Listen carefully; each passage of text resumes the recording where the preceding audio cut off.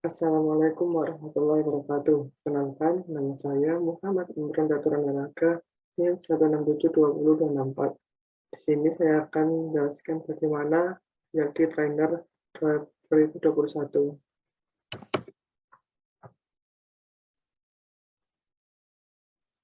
Nah, sebelumnya, apa sih perbedaan antara guru dengan trainer gitu? Nah, di sini guru itu senantiasa terjebak dengan metode ceramah yang hanya menyampaikan materi tanpa memberikan siswa itu sebuah keaktifan tersendiri. Selain itu, apa-apa itu dikerjakan oleh si guru itu sendiri, kayak, beliau yang menyampaikan materi sendiri, beliau yang menjelaskan kesimpulannya sendiri, bahkan beliau yang memberikan nasihat sendiri.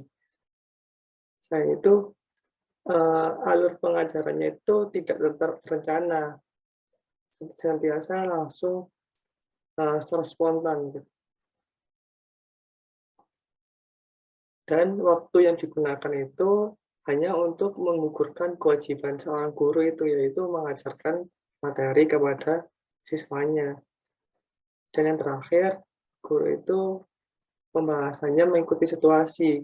Jadi ketika si guru lagi bad mood misal, terus ingin curhat ke siswanya, maka si pembelajarannya itu tidak fokus pada materi yang akan disampaikan, tapi malah ke curhat si guru. Nah, sedangkan si trainer itu yang pertama, yaitu mendorong peserta untuk lebih aktif gitu. Nah, dan yang kedua, peserta itu ditujukan atau diinginkan untuk menjawab permasalahannya sendiri, menemukan jawabannya sendiri gitu. Nah, selain itu, alur yang dilaksanakan itu sebelum-sebelumnya sudah dirancang dan sudah tersusun dengan rapi, dan waktu yang dimanfaatkan itu dengan tanggung jawab sehingga, eee, tidak hanya sekedar menyampaikan materi atau menghilangkan kewajibannya gitu, tapi menggunakannya dengan tanggung jawab dan pembahasannya itu lebih fokus, tidak bergantung pada situasi.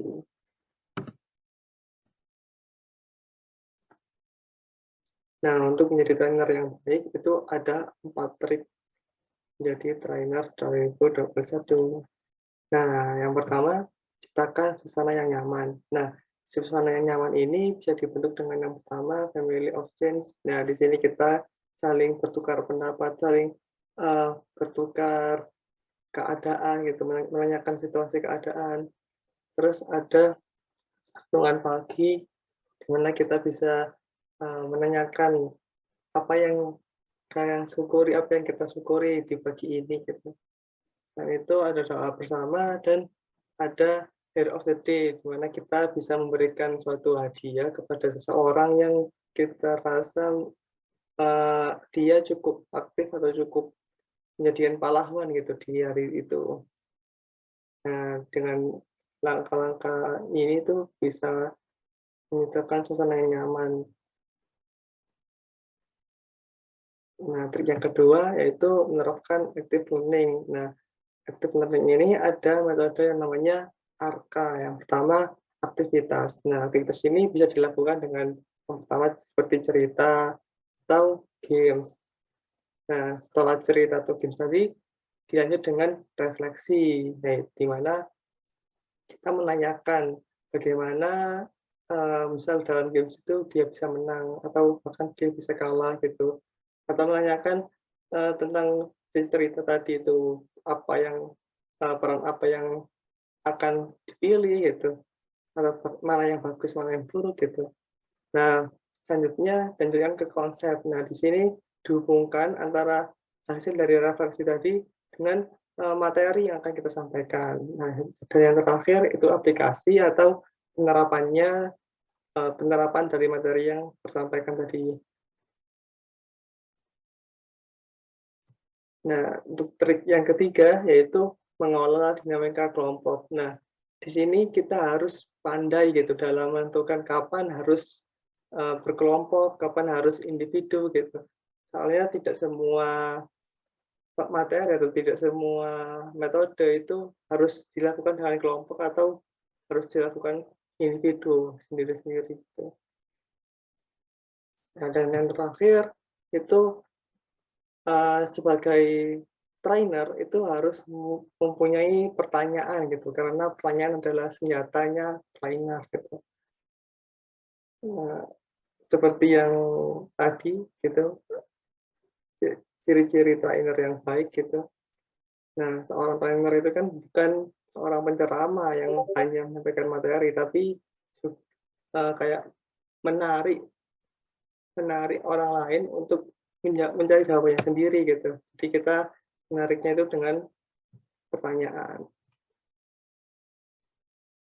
Nah, selain, trik tadi, ada tantangan tersendiri dari the trainer itu yang berasal dari pesertanya gitu. Yang pertama yaitu, seringkali peserta itu merasa jenuh dengan, eee, kegiatan training kita. Nah, hal ini tuh bisa diatasi dengan mengetahui wadah yang cocok gitu. Misal kita biasanya berpresentasi 1 jam, terus kita implementasikan ke video. Nah, itu kan tidak cocok gitu, di mana orang harus melihat video selama 1 jam itu sangat sangat tidak efisien. Sedangkan kalau misal, mmm, kita menjelaskannya dengan webinar atau sesi yang langsung gitu, tatap muka dengan orang lain, itu kan lumayan cocok gitu, ya cocok. Nah, yang kedua, eee, peserta merasa malas gitu dengan materi atau dengan training kita gitu. Nah, hal ini itu bisa diatasi dengan pandai-pandainya kita mengendalikan sebuah konten atau media yang kita gunakan. Misal di Zoom ini kan ada kayak fitur-fiturnya. Nah, itu bisa dimanfaatkan kayak annotate gitu. Jadi mereka itu sangat antusias gitu, excited untuk mengikuti training kita.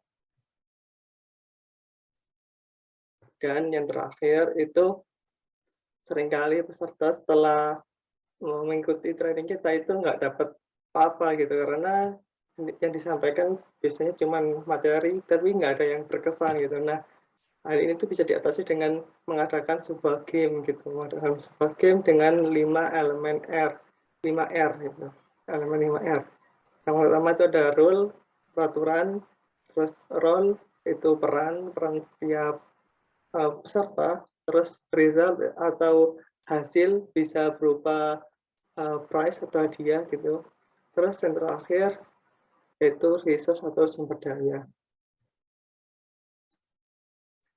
Baik, sekian terima kasih, dari saya. Assalamualaikum warahmatullahi wabarakatuh.